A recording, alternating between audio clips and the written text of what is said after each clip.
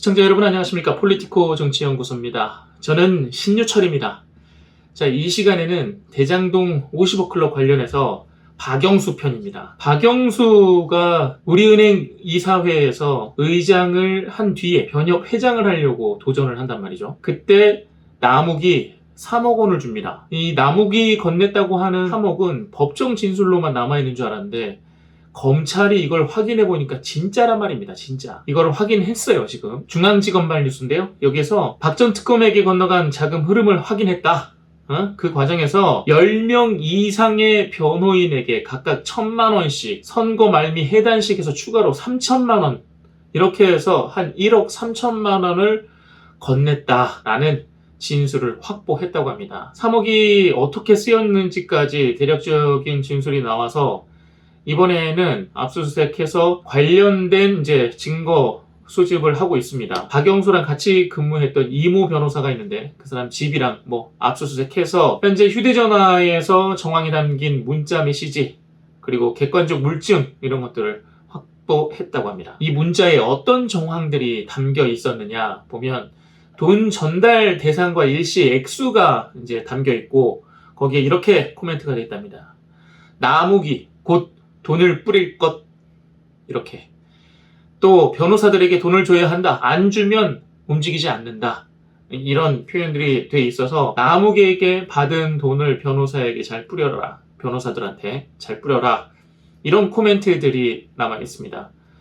이게 지금 선거 캠프에서 박영수랑 같이 일했던 이 변호사의 문자 메시지고 같은 캠프에 있었던 사람들이 한둘이 아니었겠죠. 이런 비슷한 경우의 이 증거들을 계속해서 이제 수집하고 있는 과정입니다. 특히 지금 요번에 이제 문자 메시지가 털린 이 변호사는 당시에 캠프 자금을 맡았던 인물로 알려져 있습니다. 선거 전반에 대한 자금 관리 이렇게 보면 되겠네요. 3억 원에 대한 출처도 사실은 우리은행 이사회에 있을 때 인연 때문에 이게 만들어진 거 아니겠습니까? 박영수가 대장동 개발 사업과 관련해서 대장동 일당들 있죠. 남욱, 정영학, 김만배의 청탁을 들어주는 대가로 200억 상당을 받기로 약속받았죠. 그런데 실제로는 이제 8억만을 받고 그리고 2014년에 변협 회장 선거 비용으로 3억 원을 받았다라고 남욱한테 진술을 받으니까 그러면 사실 확인해봐야지. 당연히 해봐야죠. 그래서 자금 사용처를 지금 조사하다가 지금 현재 최소 4명의 변호사들로부터 관련 진술을 확보했다. 박영수는요, 나와 있으면 안 되는 것 같아요, 이 정도면. 안에서 뭔가 좀 조사를 받아야 하는 과정이 아닌가. 남욱의 진술도 이제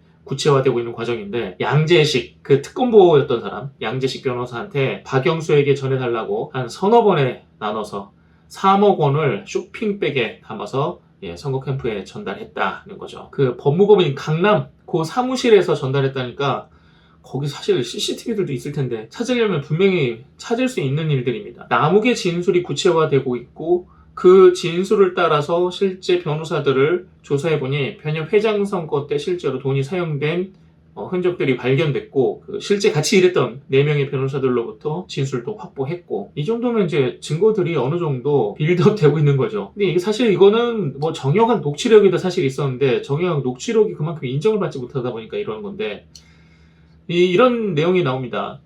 김만배가 분양업자 이기성 씨에게 남욱이 박영수 변협회장 선거자금을 댔는데 그 돈이 바로 이기성 네가 남욱에게 건넨 비자금이야 라고 말한 대목도 등장하는 거죠.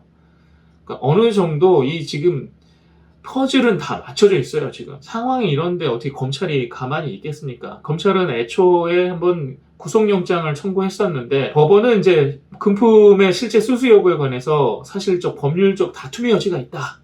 그러니까 증거가 좀 확실하지 않잖아. 이런 류의 얘기를 하면서 기각을 했었는데 사실 이제 이번에 이 정도로 증거가 나와 있는 상황이기 때문에 검찰 쪽에서는 다시 영장 청구를 하겠죠. 검찰 입장에서는 다시 영장 청구를 할 수밖에 없습니다. 너무나도 확보한 자료가 많아요. 관련자 진술까지 나오고 이런 상황에서 이걸 그냥 손 놓고 보고 있는 게 더 웃긴 겁니다. 일단 검찰은 박영수가 2016년부터 2021년까지 이 화천대유 김만배 측으로부터 11억 정도를 수수했다고 보고 청탁금지법 위반 혐의도 지금 현재 적용한 상태. 일단은 구속 상태에서 좀 더 디테일한 증거들을 정리하는 그 작업이 필요할 것 같습니다. 이제 박영수 특검이 대장동에서 벗어나기는 쉽지 않아 보입니다. 박영수 특검이랑 같이 가는 게 또 곽상도고, 곽상도의 지금 아들까지 이제 소환조사 그 과정에 있지 않습니까? 곽상도도 사실 여기서 빠져나가는 게 쉬운 일이 아닌데 참 운이 정말 대단한 것 같습니다. 자, 여기서 한 줄 평으로 마무리하겠습니다. 박영수 혼자만 입 다물고 있었네. 여기까지입니다. 고맙습니다.